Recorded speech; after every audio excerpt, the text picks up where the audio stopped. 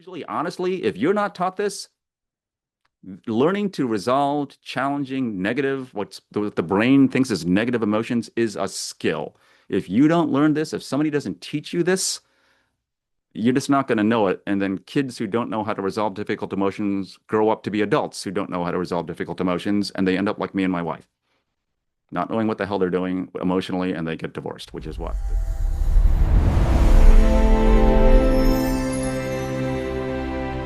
But what I also wanted to do was just talk a little bit about my background, like sort of a little bit like my professional background, my personal background, because you see all these videos that I do.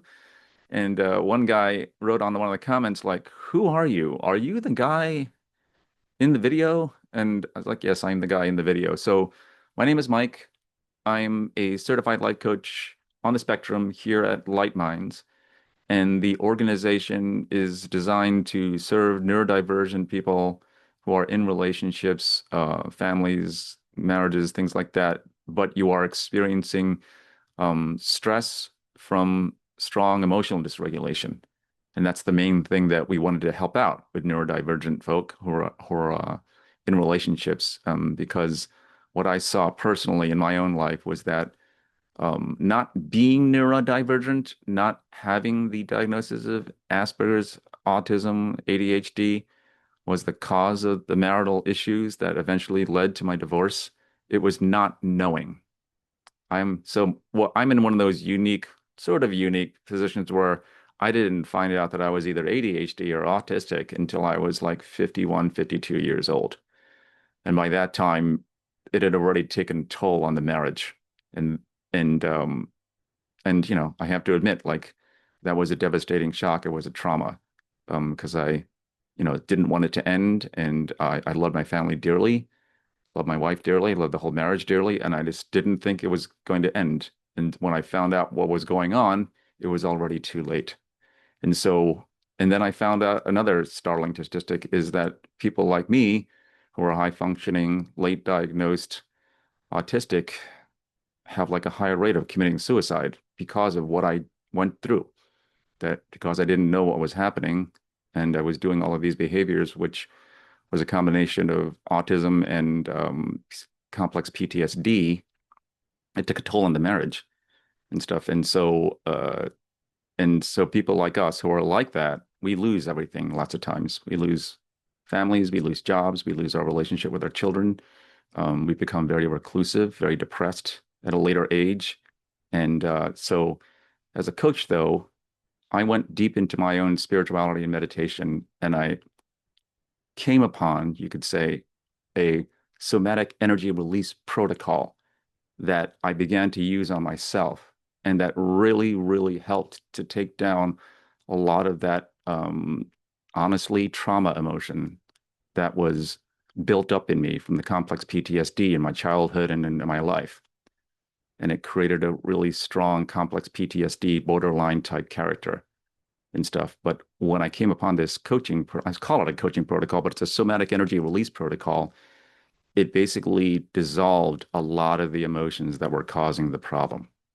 And so when I realized that, I began to use that in my coaching work. And I mainly work with families dealing with addiction and mental health issues in their homes. And so I began to do this work with parents dealing with very difficult adult-child relationships in which their children were on drugs. They had mental health and behavioral problems. They were multiply addicted.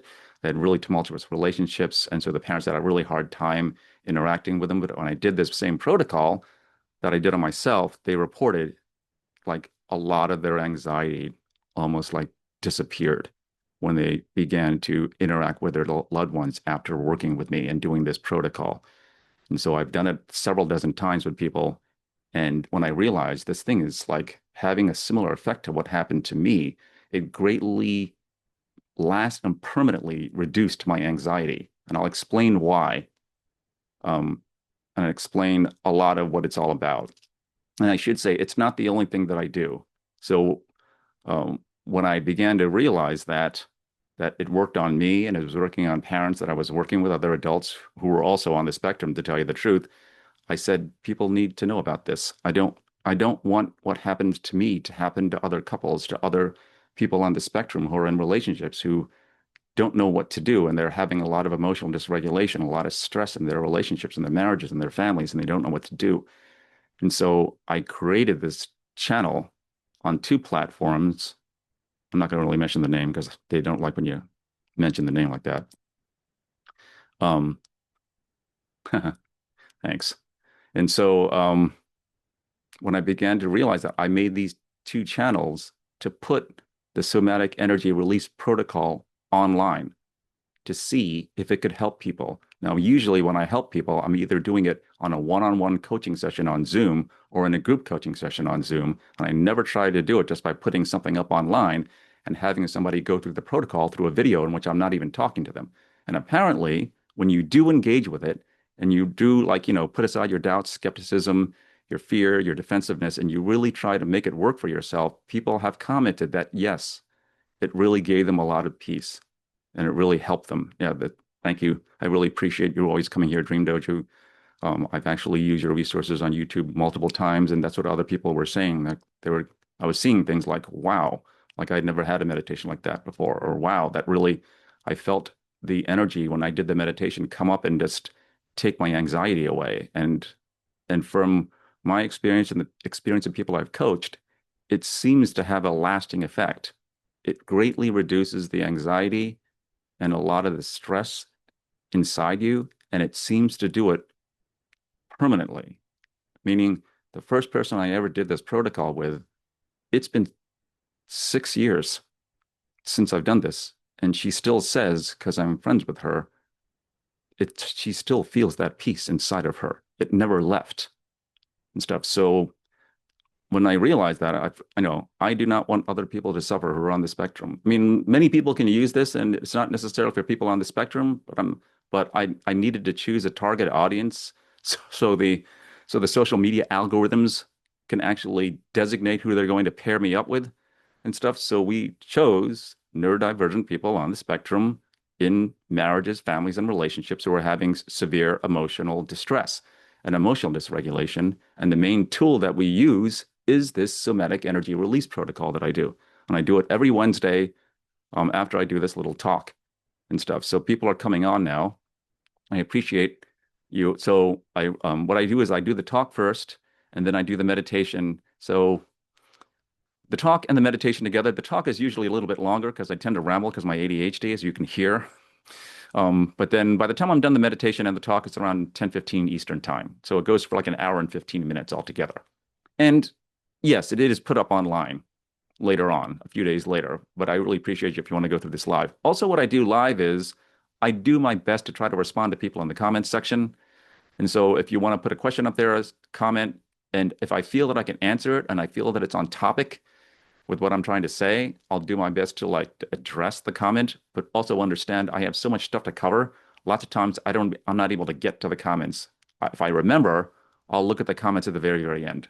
But this particular, I was going to say class, this particular live stream, what I wanted to do was talk about the somatic energy release protocol itself and what it's actually doing and what it's all about and why I feel that it actually is successful and it works. When I say that it's successful and that it works, when people really engage with it and they're not totally locked into their head and totally, allowing themselves to feel their feelings, allowing themselves to just go along with the protocol and the guided meditation that I'm bringing you on, when you do that, it's like 95% successful, maybe 100. Meaning when I say successful, I mean people report days later, weeks later, months later, after I had that one or two sessions with you, it changed everything. I can now talk to my loved one in a calmer way, even when they're acting like a jerk, even when they're insulting me, even when they're addicted, even when it's a topic in which, like about money or their drug addiction, which I know usually we get into a fight and they even trigger me in my own trauma and stuff. It doesn't happen anymore. And so when you do that, and sometimes the effect is that startlingly dramatic. Other times the effect is, yes, on the topic that I chose, dealing with my sister, dealing with my wife, I do not get upset around this topic anymore. after working with you. Sometimes it's slight. It only works with the topic that they came to me with. Okay. But the only time when I've seen it not work is when the person is so locked into their ideas of their belief system of how their emotions work, how psychology works, how they work, who they are. You have to be willing to let go of your belief system about, you know, honestly, how your mind thinks, who you are, what you're comfortable with, all of that. And so I do my best to lovingly suggest to put your mind to the side. But when you can't do that, that's when it doesn't work. Because I've actually had and I usually know when it doesn't work and it's not working is because the person starts getting like they stop the whole protocol because they either say, I don't understand it. Now I'm not, I don't want to continue. And they just stop it. Or they just don't understand it altogether. And they don't understand that what I'm trying to do is release a lot of trapped core, even trauma-based emotions in you all at once. That's what we're trying to do with this protocol. When they don't understand that, they just say, oh, that's just a pleasant little meditation. That's cute. And it doesn't really do anything because they're not quite understanding what it's supposed to do. And I have a feeling that their minds became so locked in on this is the way things should be, just the way I believe it to be. And I refuse to believe anything else about the world and how my mind works, that this guy telling me this, I'm going to put up defenses and lock myself tight, and I'm not going to let this guy in. That's what the mind sort of says. And when that happens, it doesn't work. So they either stop the protocol or they just don't get it and stuff. And I do find, I apologize, and I said this before, the only people who stop the protocol and don't seem to get it like that are men, are males, really. Um, I've done this protocol with people dozens of times, and whenever it's successful, it's women. And the only people who really stop it are men. And I was really curious about that because not everybody stops it. I mean, there are other people on here, but usually when people stop it, they're men. Not that I'm saying it doesn't work for men at all, but when people stop it, they're men, they're males. And so when I looked it up, I saw, yes, it is a studied psychological phenomenon that males, maybe due to their testosterone, their neurochemistry, and the way we were conditioned, are more married to their thinking, their thoughts, their logical system, and therefore they're married to their criticism and judgment, even when they're wrong about something. So for those of you who are in a relationship with a male, you're probably like, yeah, that's true. I was like that and stuff. So men are much more married to their thoughts, it seems, than women are. And they prize their thoughts over their feelings. And that one I totally understand as well, because men in society, since I was a kid anyway, and probably all the way through, the main emotion that we are allowed to express, that we usually see expressed by our fathers or in action movies or something, is anger. Some kind of revenge, anger kind of thing, a little bit of frustration, and not much else. Men are not comfortable with difficult feelings of feeling hurt, pain, trauma, sadness. We're not really comfortable with that. And we have no language for it. And we're not really encouraged to express it too much because we're told we're weak, we're snowflakes or something like that. If you express an emotion, you got to be tough, stuff like that. And I was raised that way. And I know, I think honestly, a lot of males are continued raised this way. And so they just don't really have an emotional understanding and language for themselves. And therefore, it can cause this protocol to not work. So I just wanted to talk a little bit about that. And I also wanted to say just a little bit about who I am. And so my name is Mike. I'm a coach here on Light Minds. I've been a certified life coach. I work specifically with families dealing with addiction and mental health issues in their homes. So I've used this protocol to help neurodivergent people a lot. And I've been a coach, certified coach since 2013, so for around 12 years. And before that, I was a licensed drug and alcohol counselor specializing with opiate addiction. I mainly work with heroin and methadone addicted people. I worked in a methadone clinic and stuff. And so I was a certified licensed drug counselor for 15 years. And then I switched over to just being a life coach serving the addiction and mental health population there, mainly their families. I work with their families, not the person with the addiction. Mainly work with their families because they're the ones who are willing to work with me because their relationships with their loved ones they're being driven crazy. And so that's one thing that I could tell you, that I have a lot of experience in helping neurodivergent people on the spectrum with multiple mental health issues in their relationships, mainly with their children, but sometimes with their husbands, their wives, with their brothers, whoever has the major addiction issue that's driving everybody crazy. I work with the parents of that adult child. I work with the wife of that alcoholic husband. I work with, you know, those people generally. I don't necessarily work with the people with the addiction too much. So, but from working with them and using this somatic energy release protocol, I have a lot of experience in being able to tell you now that it's effective in neurodivergent relationships in which there's emotional dysregulation and those relationships are really, really difficult. Okay. And so, uh, and the reason again why I made this channel is a very personal reason for me. And so I am one of those people that was not diagnosed until I was 51, 52 years old with both ADHD or autism. I didn't know I had either. Actually, I also feel that my ex, who I was married to for 25 years, is on the spectrum as well. So we were both on the spectrum. We're very high functioning, and we supported each other to the point where we had no idea that we had these executive functioning and emotional dysregulation issues until the marriage fell apart. And when I found out, like it was, I was autistic and I was ADHD, and a lot of the behaviors were coming from that. I'm not saying that the marriage ended because of those diagnoses, not at all. I'm not saying my marriage ended because I was neurodivergent or was on the spectrum. The marriage ended because, honestly, in my opinion, we didn't know. We didn't know that a lot of the reasons we were arguing, a lot of the reasons we were emotional on each other, a lot of the reasons that we fell apart could all honestly be explained by features of being on the spectrum. And because you don't know, you drive your partner crazy, or they drive you crazy. And then you start fighting and you don't know. And you just think it's just a behavioral problem. You think, you're the problem. No, you're the problem. No, we have to go to couples counseling. And honestly, this is where, to a certain degree, the mental health profession, in my opinion, well, all I could say was I've been going to therapy since I was 26 years old. I'm now 56, and I didn't get diagnosed until I was 52.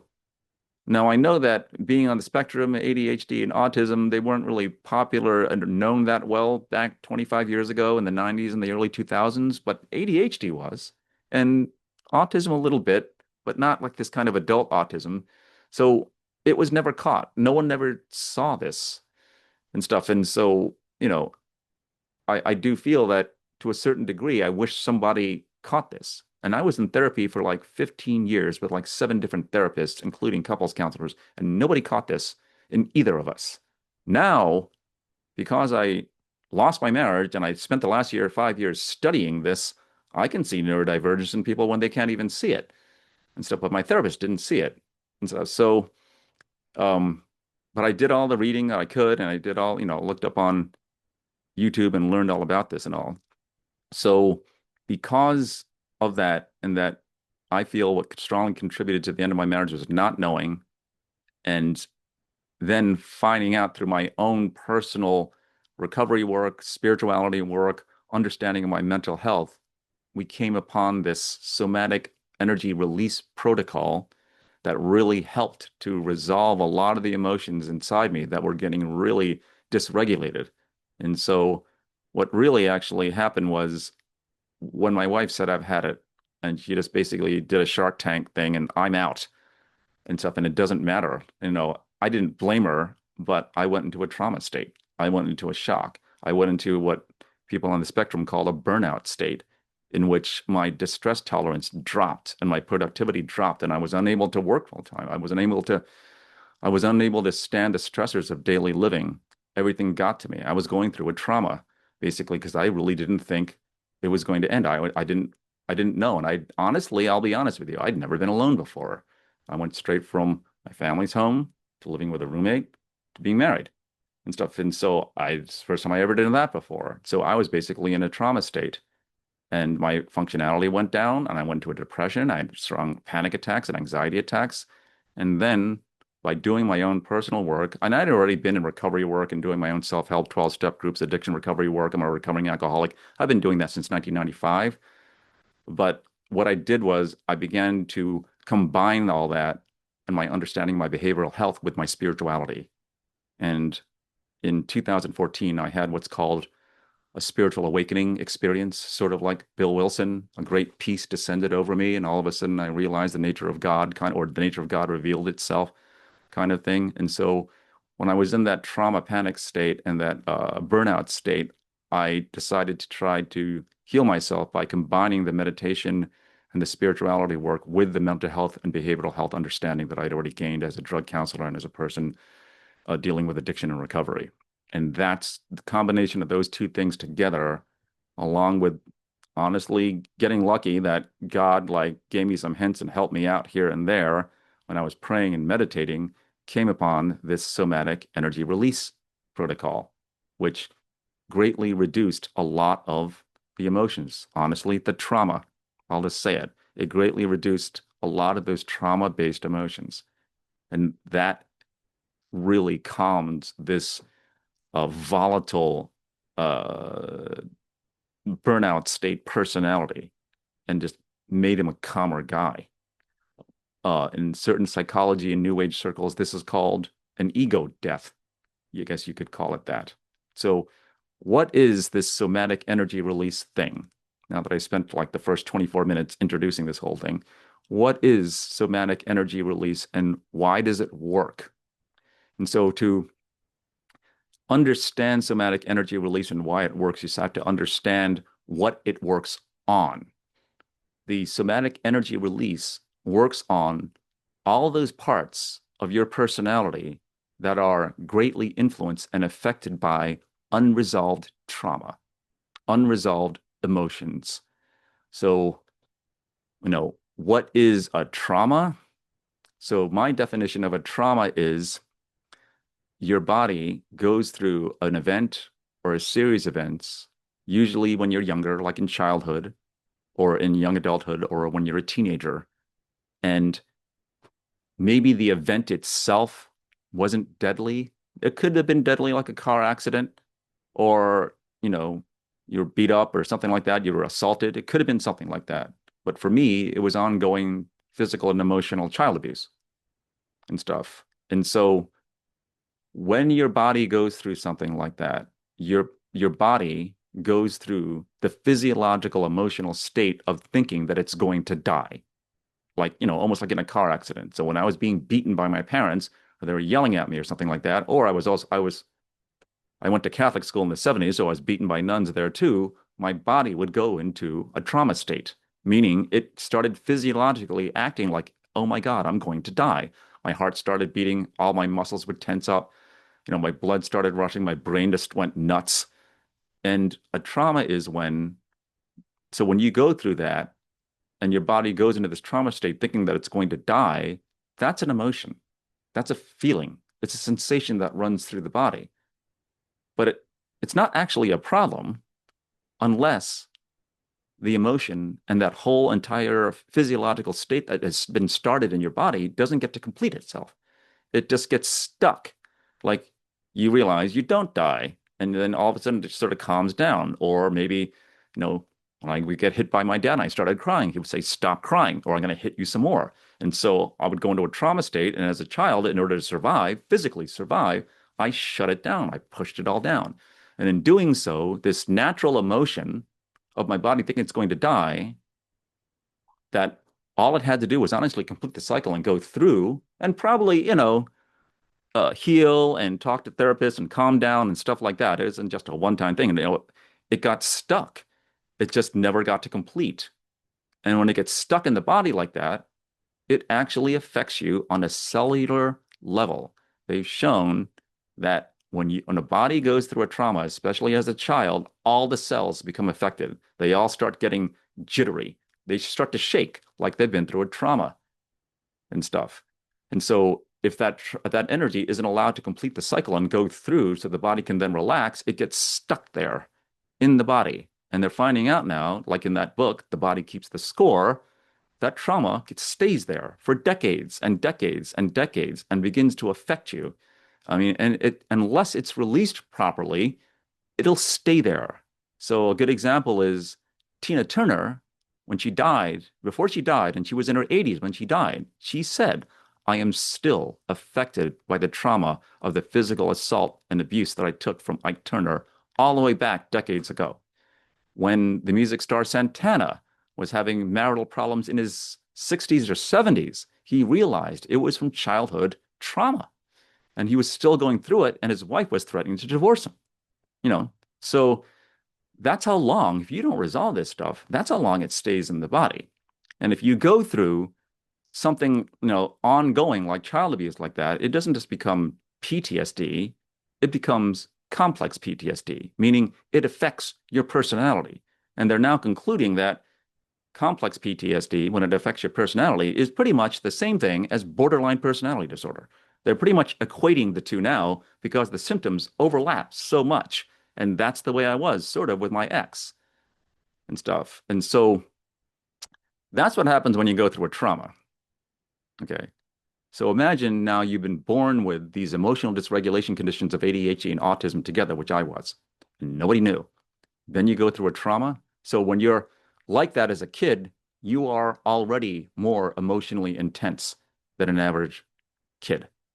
And what I understand, one of the main features neurophysiologically of autism is your amygdala, which is your fight flight emotional center, does not what's called prune properly. It's supposed to, as you grow up and be a child, it's supposed to get rid of a lot of the extra nerve cells that are there when you're born. When you have autism, that doesn't happen. It's either the pruning takes place too late or it doesn't take place enough. And so you are left with an amygdala with a lot of nerve cells in it that's larger than an average person. And that is one of the main things that contributes to an autistic person's erratic behavior when they get stressed. And so the kind of phenotype I have, along with the ADHD and the complex PTSD, is what my psychiatrist said is you have no ramp up to your fight flight system. Just consider that it's always on, is what he said. It's like think of your stereo on standby. There's no ramp up or warm up to it. As soon as you hit the button, I go into a fight flight state. And when I say fight flight state, that's a really nice, calm, polite way to put it. If you have the similar kind of phenotype of autism and maybe complex PTSD as I do, when I say, you go into a fight flight state, when I would get triggered, sometimes in an argument with my wife, sometimes when the check tire light, pressure light goes off on my car, when I'm cooking and there's a problem, or a sudden noise or something like that, my body goes into the physiological response as if it's falling down a flight of stairs. That's what it feels like. For those of you who may not know what it feels like to go into a fight flight. So imagine you're walking along, you stub your toe, or all of a sudden a loud noise happens, or you get into an argument with your partner. Your body is going into an emotional physiological state that's way beyond what the situation calls for.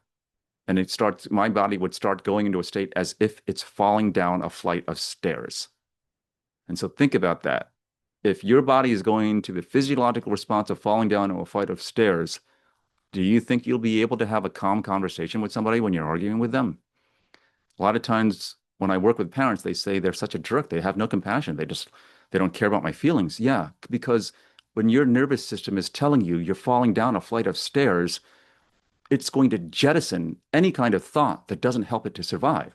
Because your mind is going into a survival mode. All it's trying to do is eliminate the trigger. It's just trying to eliminate whatever that feeling is, whatever it thinks is causing that feeling of falling down a flight of stairs. So compassion goes out the window. Understanding another person goes out the window. Sometimes being able to hear them properly goes out the window because your body has gone into this fight-flight state and stuff. So with my ADHD and the complex PTSD, my body would go into that.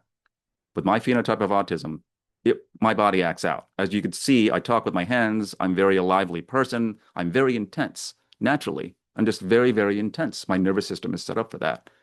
My ex was also autistic, but she didn't have the ADHD. She did have some trauma, but when she went into that state and she went into strong emotions too, her body would just go in and she would just sort of look like a frightened rabbit.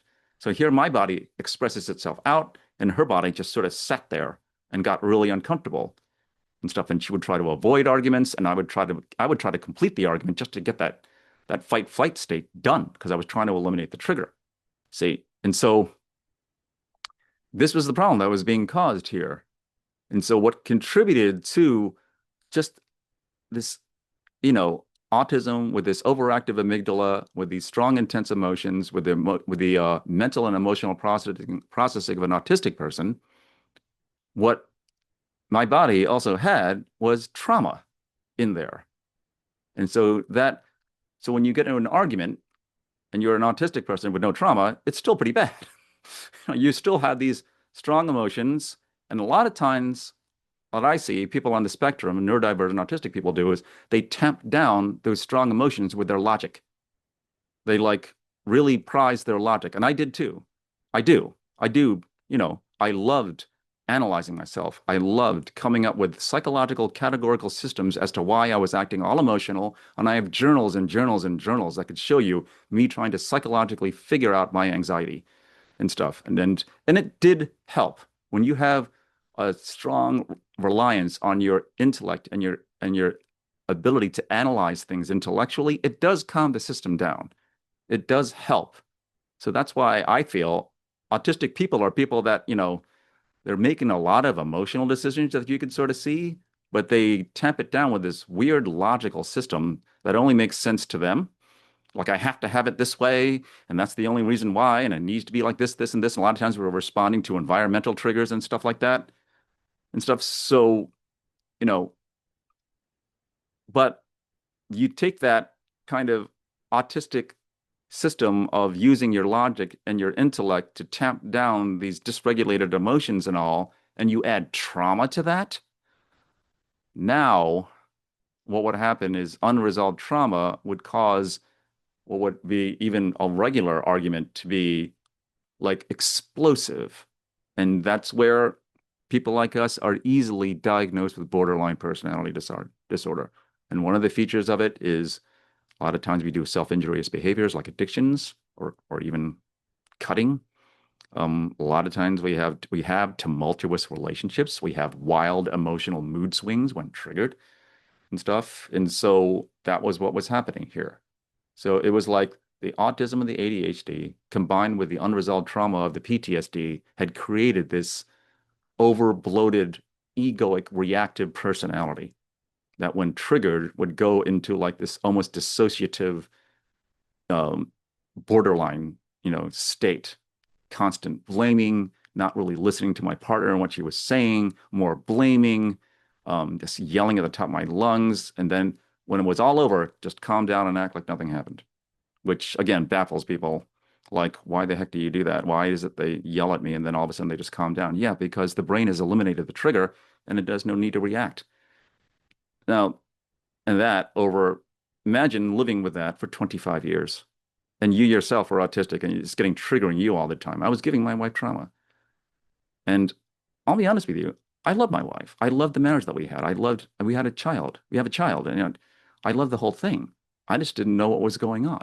I was just blaming myself, trying to get better. And I'll tell you, when you don't know, like I did, at the age of 50, when your wife is telling you I'm leaving you and you didn't know that you're even autistic and ADHD, I was suicidal. I was getting so traumatized by the end of the marriage, by the marriage ending, that I was suicidal, I'll be honest. And then I found out when I was autistic, like I said before, I read this statistic that high functioning, smart, intelligent, autistic people commit suicide at a rate that's higher than the average, anywhere from 3 to 7 times more than the average.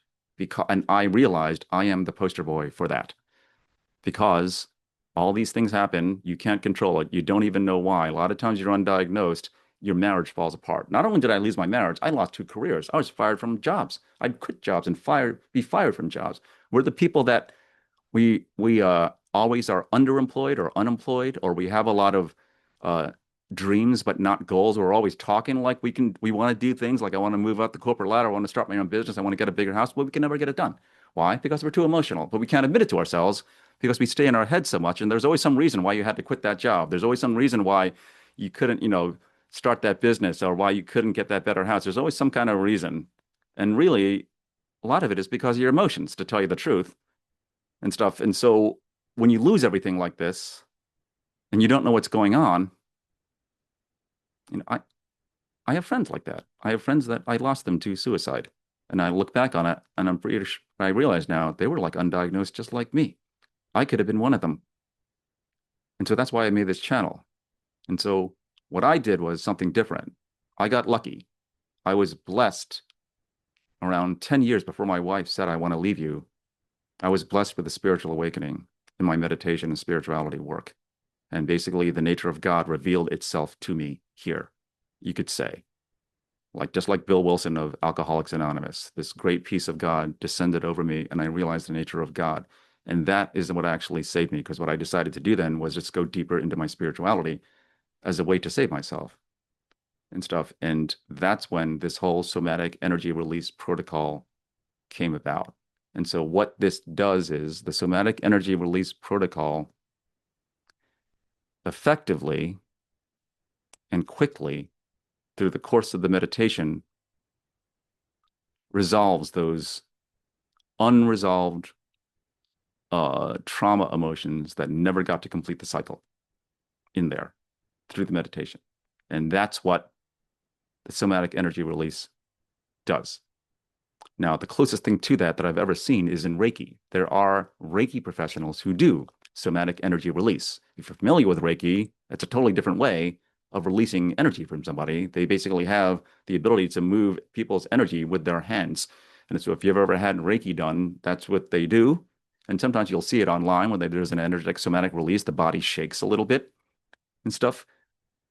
This somatic energy release is the same thing, but it's all done through a guided coaching protocol. And basically, it was done to me. If you're asking how did you find this out? Where did you learn this? It was a combination. I worked with a spiritual teacher who was doing something similar with her spirituality work, but then I took it further. And then honestly, God completed the rest. God showed me this is a way you can actually release your trauma, and you should take notes. And I did. And I wrote it all down because one day I was sitting there in meditation and I went through the entire energy release protocol that I'm going to do right now. But it just happened to me. God, it was almost as if God did it to me and it just happened in my body. And it was almost as if God was saying, you got that? You take notes because I want you to show other people and help them and stuff. And that's what I did as a coach and stuff, is I wrote this thing down. Now, and so what it does is it's really quite simple. To me, it's simple. You identify what the emotion is you need to work on. You relax the body. You bring up this sense of meditative peace, or what I call the peace of universal energy. Some people call it the peace of God. It's this presence of peace that you would feel in meditation or in prayer or in nature or in hiking or something like that. And I will guide you through it so you can actually feel this presence. And that's what I do in the meditation. And that is what helps you to bring up the stuck core emotion and release it. When I say release, what you're actually doing is you are completing the cycle. You're actually feeling it in the body. Okay. So if you're saying, oh gosh, that's a trauma, is this safe? It is safe. The main reason it's safe is two things. One, you're always feeling the peace of God, this meditative peace that cushions the whole experience for you. It actually helps you to pull up the emotion and feel it and have it be expressed in the body while you're feeling peace at the same time. That's one. And two, I always say, do not go with your thinking. Your mind may try to go in there because it doesn't like to feel things. It doesn't like to feel this kind of what it considers a dangerous negative emotion. and it'll start to distract you. It'll start to come up with some kind of story. Oh my gosh, it's the presence of the devil. Oh my gosh, this is sort of weird. I know. Or one guy actually told me, I have to email. I have to do emails. And just totally the brain, I told him, your mind is trying to distract you because it doesn't want to do this work. Just put it to the side. And that's what when I work with somebody, I constantly am checking to see if they're thinking. And then what are you thinking? Is there anything coming up? And if they start talking a lot, I realize that they're in their head. And I always say in the meditation and these recordings, don't go with your mind. Your mind doesn't know how to resolve this. All it does actually is either distracts you or traps the emotion even more. Don't go with your mind. This is why talk therapy honestly doesn't work with trauma, because all you end up doing is talking about it, talking. The mind wraps a story around the emotion and it gets stuck there and it stays in the body. This just uses the peace of God, brings the emotion up, and it just gets felt in the body and releases like that, sort of. And that's what this is what I felt. Actually, sometimes for some people, it actually feels like an energy is going up through your body and releasing and stuff. And as long as you don't go with the mind, the process completes fairly quickly. And when I say completes, it's lasting. Your unresolved trauma energy that you maybe went through as a neurodivergent person is finite. It's once you resolve it and you know how to do this properly, it doesn't come back. And that's why parents and other people I've done this, but it started reporting months later. It changed my life. And I know, some people say, wow, you make it sound like it's magic. I put it this way. I've never seen anything like it in therapy, in coaching. I've never seen anything like it. And whenever I've asked somebody I've done it with who's been in therapy, and I've even asked people who are therapists, have you ever seen anything like this? No, I've never seen anything like this and stuff. So if you're not familiar with it, and me saying this to you is nothing like experiencing it. There is no way intellectually I will be able to describe. That's like trying to describe intellectually to you the taste of an orange, and you don't have an orange there. There's no amount of words that I can use to help you understand what the experience of tasting an orange is like unless you have an orange there. That's what a somatic energy release is like. I cannot really describe to you what it feels like. You have to go through it and go through the effects of it. And most people who have been through it, they agree. It's hard to put into words. All I can tell you is I used to get triggered by my daughter traumatizing me and yelling at me when she was all addicted and all, and yelling at me for money and all, and blaming me. Now she yells and the feelings of wanting to yell back just don't come up. I mean, the effect is this. I taught this to my daughter before she went to college. Because it's a technique, it's a protocol. You can use it over and over and over again. And I told her, as long as you don't shy away from your feelings and you keep using this protocol, you will never again, you should really honestly never again be in a situation where you are making somebody else responsible for your feelings. Where what you usually play in these little games and in romantic relationships, or when you're in college, this kind of tit for tat, guilt the person, manipulate the person, emotionally obligate the person. Oh, you don't want to stay with me? Oh, you hurt my feelings. Oh, no. And you're basically trying to get the person to do something by making them feel bad that you hurt them.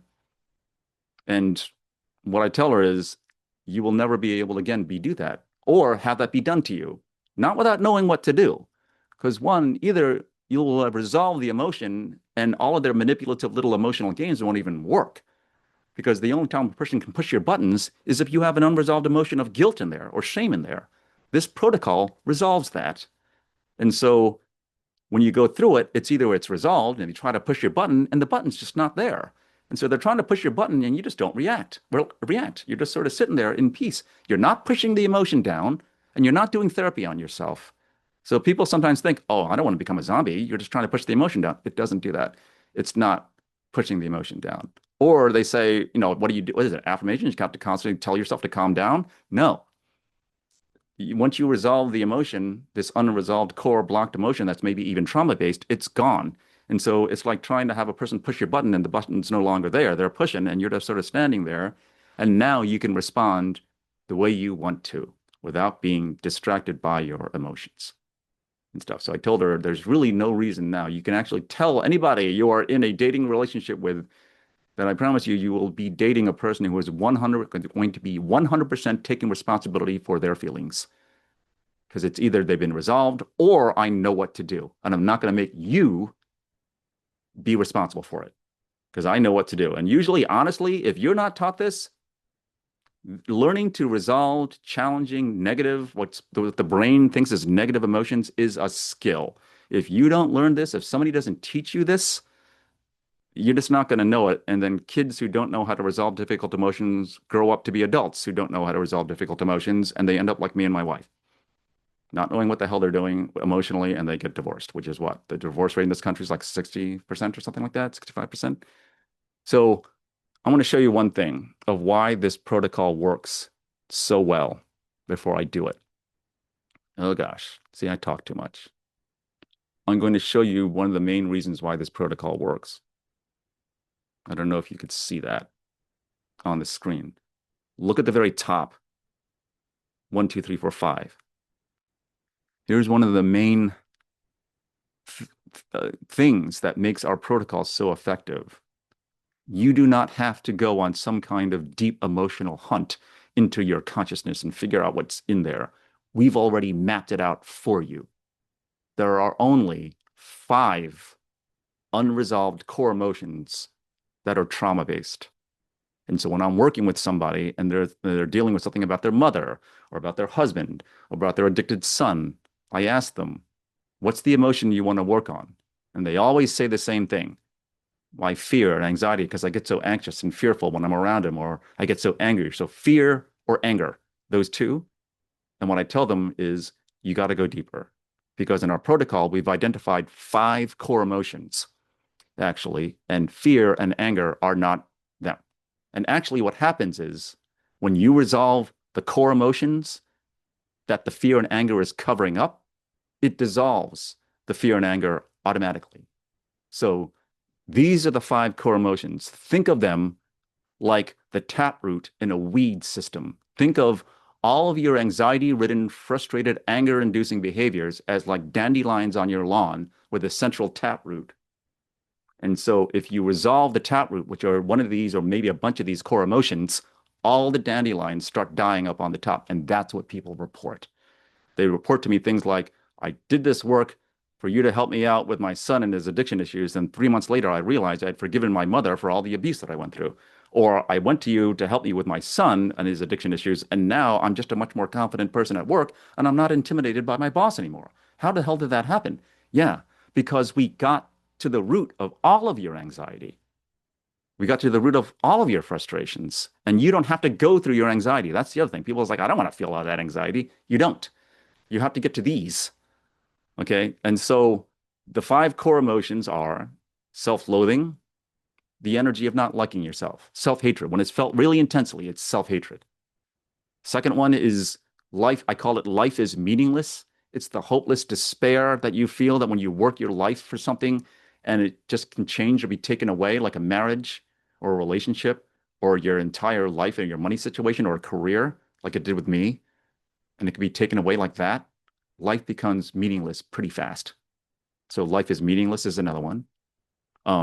Unresolved overwhelming sadness and grief. So maybe you lost someone a while ago and you never really quite properly grieved, or just overwhelming sadness from all the pain that you've been through. So the other one is emotional pain and trauma of past victimization. It's like the energy of a child crying, where somebody or something made you suffer and you never got to resolve the emotion. So this is one thing that's really, really important, especially for men, because the word victim is a really unpopular word in psychology and in coaching and in New Age terms. Nobody likes that word. Don't be a victim. He's being a victim. Stop being a victim. Being a victim and victimization is simply an emotion.